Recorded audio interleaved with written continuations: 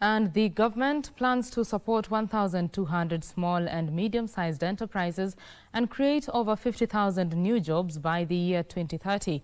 Micro, Small and Medium Enterprises Development Principal Secretary, that is Susan Mang'eni, says in the next round of support through the Kenya Jobs and Economic Transformation Project, the government is keen on unlocking Kenya's economic potential through linkages in the manufacturing sector. The 19 billion shillings Kenya Jobs and Economic Transformation Initiative was launched in 2025 in partnership with the World Bank. The plan spans a 5-year period ending 2029. For KJET, we are building the competitiveness of existing enterprises. They're already existing. They could be owned by young people, or they could be enterprises which are there but they are focused on creating more jobs.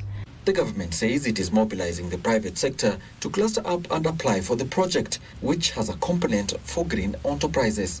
Because our scale is MSME, you find one enterprise cannot do much, but you can aggregate them, bring them together to achieve the economies of scales. The Kenya Jobs and Economic Transformation Project is structured around MSME competitiveness, green financing and climate resilience, and project monitoring and evaluation. We will then co-invest. And what do we mean by co-investing?